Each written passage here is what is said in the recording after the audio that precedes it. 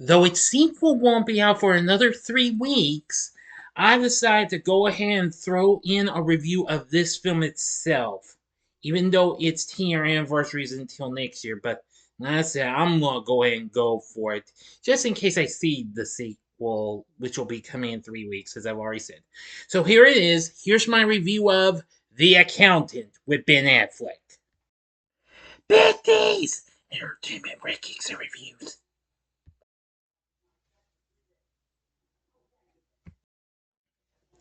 So, greetings, my fellow YouTubers, and welcome to Big D's Entertainment Rankings and Reviews.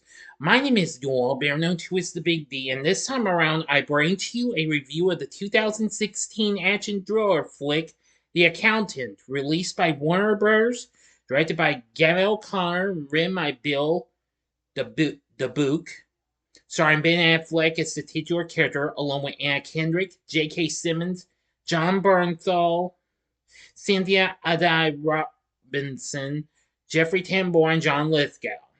Now, the storyline follows an autistic certified public accountant named Christian Wolf, who makes his living sanitizing fraudulent financial and accounting records of criminal and terrorist organizations around the world that are experiencing internal embezzlement. The film was released on October 14th, 2016, just 4 days after it made its premiere at the TCL Chinese Theater. This film did pretty well, though receiving mixed reviews from critics. Let's begin.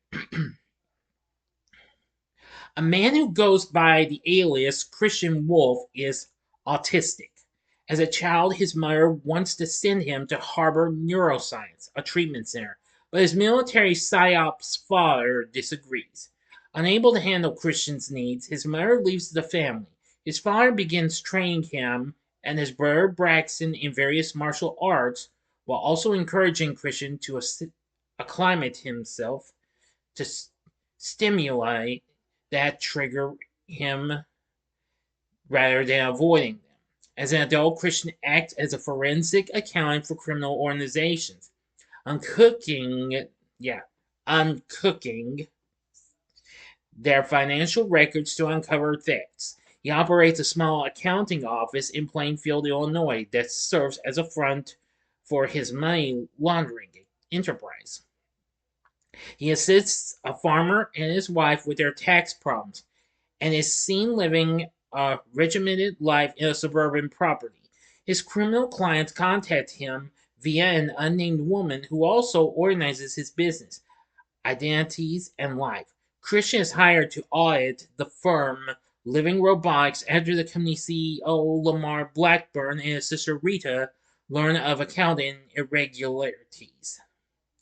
They assigned in-house accountant Dana Cummings, who discovered the issue, to assist Christian.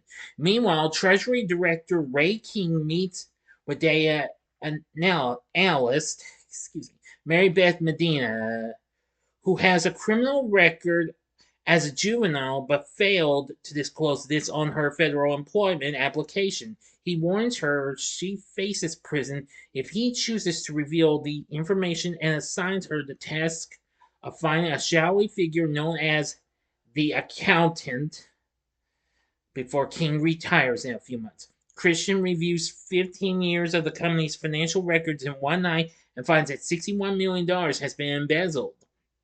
He informs Rhea of the toll but admits he has not uncovered the thief's identity. That night, Living Robotics CFO Ed Chilton is forced by a hitman to overdose on his insulin.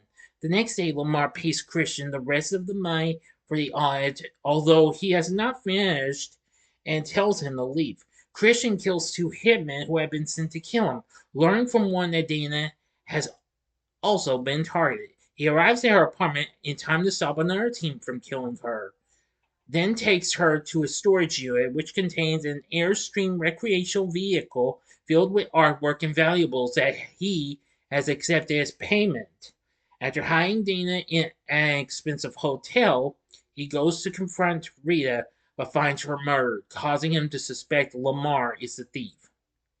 Medina realizes that Christian is using a series of aliases chiefly names of great mathematicians. She tracks the wolf identity to the accountancy office and adjacent businesses under, well, used to launder money, most of which is then donated to Harbor.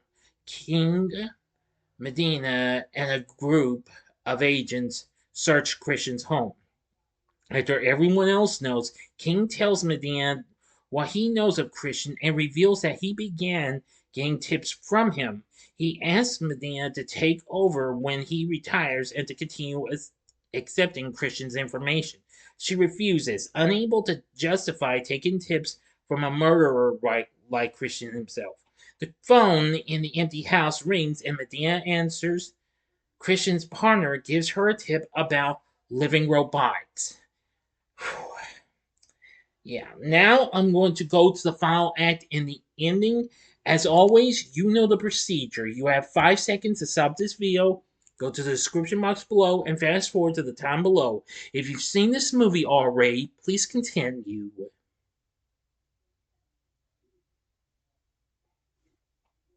Okay, you've been warned. Christian goes to Lamar's mansion where a team of hitmen await. He fights his way inside, but is shocked to find his brother Braxton is the hitman who is protecting Lamar. The brothers fight and then reconcile. And when afterwards Lamar appears and tries to justify his actions, Christian kills him and before leaving makes arrangements to meet up with Braxton in a week's time. Another set of parents visit Harbor Neuroscience. They meet Justine, the daughter of the clinic's director, who is revealed to be Christian's partner. Medina accepts her new role as Christian's contact and speaks at a press conference on the Treasury's investigation into living robotics. Dan receives a framed copy of Dogs Playing Poker, but discovers an original Jackson Pollock painting hidden underneath it. In the final scene, Christian is shown driving on a country road with his Airstream in tow. End of story. So what did I think of The Accountant? Well, at first I thought I didn't see this movie, but after remembering a little bit, I soon realized I did go see this a long time ago. I'm going to say this is pretty good and what have you. I think this is one of the few good films I like Ben Affleck in. It was just so incredible and what have you. Yeah. Anyway, upon its release, the film made 155 million worldwide on its $44 million budget. It did get praise for Mr. Affleck's performance in the action sequences, featuring, I may mispronounce this, Pencak Silat, which is an Indonesian martial art, but it was also criticized for some elements of its portrayal of autism. Well, it's to heck with what they say.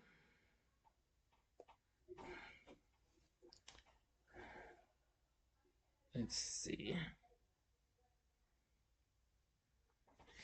Anyway, when it did okay and what have you,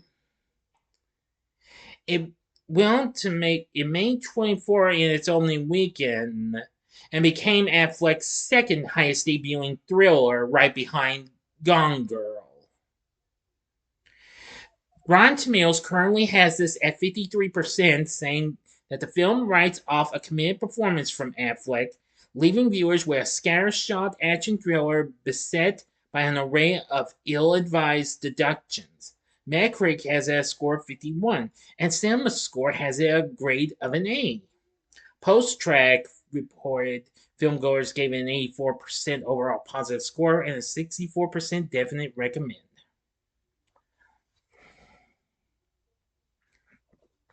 Now, the film was criticized for some elements of its portrayal of autism.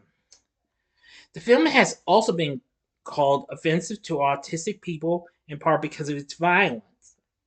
Now, that's understandable, but I don't find much of a problem with it. Excuse me. Lori Stephen, director of clinical services in Altadena, California, said it's concerning that a movie features a character with autism who has guns and engages in this kind of aggression or violence. Well, I completely understand that. In a decent review, Uprocks said it's transparent in its attempt both to pimp a future franchise and give autistic kids their own superhero. There's a genuine sweetness to the latter that converts me on the former, says Vince Mancini of Uprocks. Headshots, math problems, and pained social interactions sign me up. Of the two movies Ben Affleck has been in so far this year, this, along with Batman v Superman: Dawn of Justice, this film has by far the most franchise potential.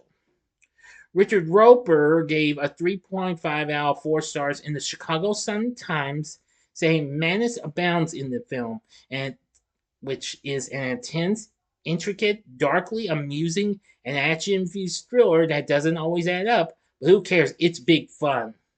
Although Richard Broya, the New Yorker, was not impressed, panning this film, saying, "This thrill-free thriller piles up plot lines like an overbuilt house of cards that comes crashing down at the first well-earned guffaw of ridicule." Well, I can understand that, but nevertheless, I actually did enjoy it. This had some pretty good moments, suspense, and some good action, what have you, so I gotta give it credit for that.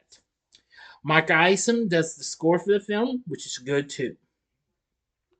For our cast, we have Ben Affleck as the titular character of the accountant, while Seth Lee plays a younger version of him. Playing Dana Cummings is Anna Kendrick, who's absolutely very good in this role. This was one of a couple of films I saw her in. The other being the crazy buddy comedy Mike and Dave Need Wedding Dates, which was released earlier that same year. J.K. Simmons plays Raymond King, and I'm going to say he's pretty good. John Bernthal plays the accountant's brother, Braxton, while Jake Presley plays the young version of him.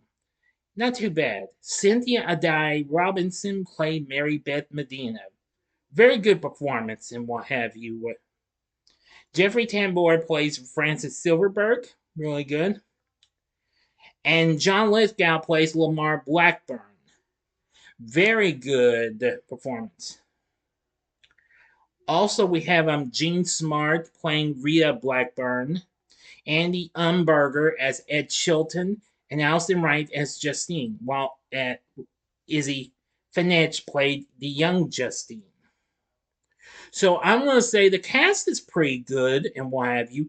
So with everything said, the accountant's pretty good. Don't mind what they say about the portrayal of what they say about the elements of its portrayal with autism. You know what I'm saying? Okay, that's just their opinions. As always, we're all entitled to our own opinions. Now, of course, very soon we're going to get a long-awaited sequel with most of the cast and creative team returning. Of course, Affleck's returning to produce the film along with one of his old colleagues, Matt Damon. And that will be coming up later on from Amazon MGM. If I do go see it, then I will switch things around and put my review for Friday a day early before its anniversary and do the accounting too, just in case. Will that happen? Details to follow, maybe. Okay? So with everything said, I think the accountant was good. Would I recommend it? I'd say I think I'll give it a draw between hell yeah and sure, go ahead. It's up to you. I think you'll still enjoy this film for what it has to offer. It's got great characters and pretty good story and good score, and I actually kind of respected the aspects of autism and what have you. Some of them actually did get learn something from this experience. So anyway, what did you think of The Accountant? Let me know in the comment section below. If you like this video, consider clicking the like button, subscribe, and be a part of the Big D Nation. Continue to help support my channel. Make it grow and make the views grow. Tell all your friends about my channel. Get them to know me. Maybe they'd like to be a part of my Big D Nation. Share my vids with your friends if you like as well. And next time, I'll be bringing to you a review of The Master of Disguise. Finally, I'm going to review that film that I know everybody hates. Anyway, thanks for watching my review of The Accountant. If you like this, check out my reviews for some of these other recent action flicks. In the upper left hand corner is my spoiler free review of John Wick Chapter 4 from 2023. Looking forward to that new spinoff coming up, which is Ballerina. I am so looking forward to that. Or if you would like, go to the upper right hand corner and see my spoiler-free review for a new film about a guy who has a disability, but but does not be is but is not able to feel pain in Novocaine, which is really a fun flick. Or you can go to the bottom left-hand corner and see a main reviews vid that includes a main review of the film Air, which was a recent hit for Ben Affleck just a couple years back. And the bottom right hand corner is the button you can click to subscribe. If you like rankings and reviews on movies, TV, music, video games, etc., then I'm your guy. Thanks for watching. Until next time, I'm the Big D saying see ya.